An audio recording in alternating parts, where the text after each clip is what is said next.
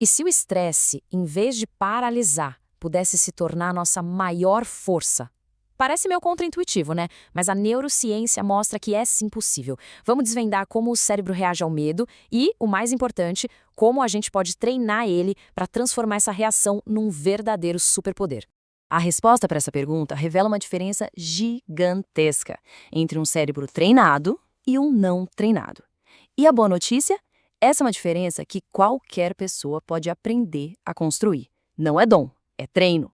Tá, mas o que exatamente acontece lá dentro do cérebro para causar reações tão opostas? E principalmente, como é que isso pode ser treinado? É o que a gente vai descobrir agora. Para a gente entender essas reações, o primeiro passo é olhar para a resposta padrão do nosso cérebro a uma ameaça. É o que os especialistas chamam de sequestro da amígdala. Basicamente, é aquele momento em que uma parte bem primitiva do nosso cérebro, a amígdala, simplesmente toma as rédeas de tudo. É como se ela gritasse: perigo, sobreviva! E pronto, desliga o nosso pensamento racional. Aí o sistema é inundado com hormônios do estresse, preparando o corpo para lutar ou fugir. É o puro instinto em ação. Mas e aí? A gente fica refém desse alarme primitivo para sempre? Felizmente, a resposta é não. A própria evolução nos deu uma ferramenta super poderosa para conseguir anular essa reação instantânea. Então, o ponto crucial da resiliência se resume a uma batalha que acontece dentro da nossa cabeça.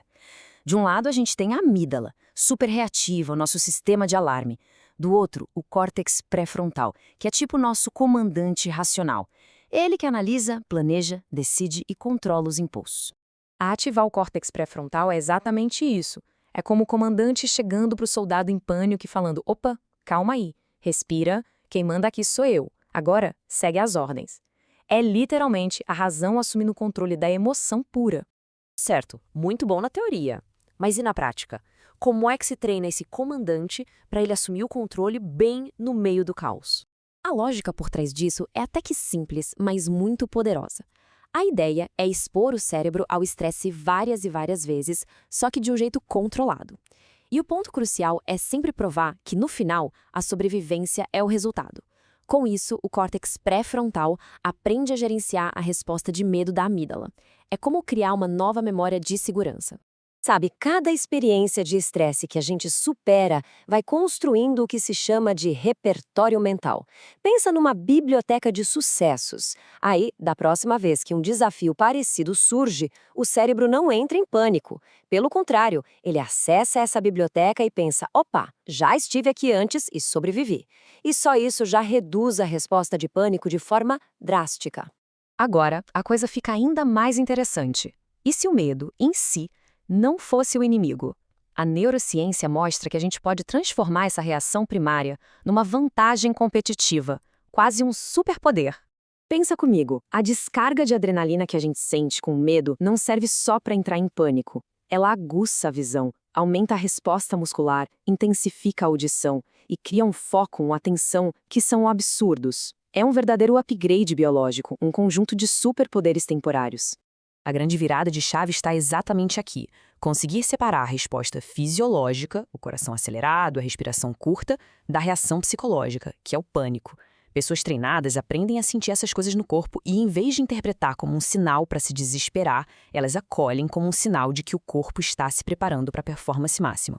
Mas, claro, para enfrentar o medo e o estresse de novo e de novo, não basta só técnica. É preciso um motor, um combustível. E é agora que a gente explora a força motriz por trás da resiliência. A diferença fundamental entre ter uma meta e ter um propósito. Essa tabela mostra uma distinção vital. A motivação por metas busca uma recompensa, um destino. O problema é que isso nos joga na chamada esteira hedônica. Assim que a gente alcança a meta, a satisfação some e logo precisamos de uma nova dose de conquista. Já a motivação por propósito encontra significado na jornada. A satisfação vem do ato em si. E isso torna a resiliência muito mais forte, muito mais duradoura. O propósito encontra significado até nas tarefas mais mundanas, sabe? Ele conecta essas tarefas a uma missão maior. A tarefa deixa de ser o fim e se torna um meio para algo que realmente importa.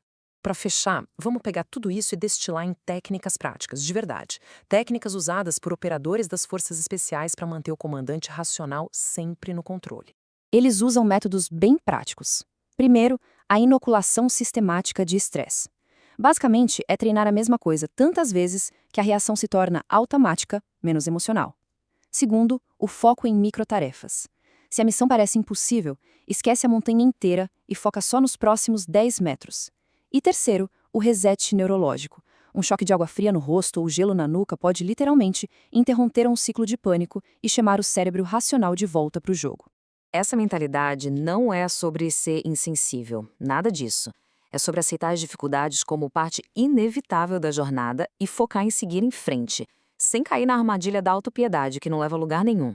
No fim das contas, o grande ensinamento desses operadores de elite quando a gente traz para a nossa vida é este.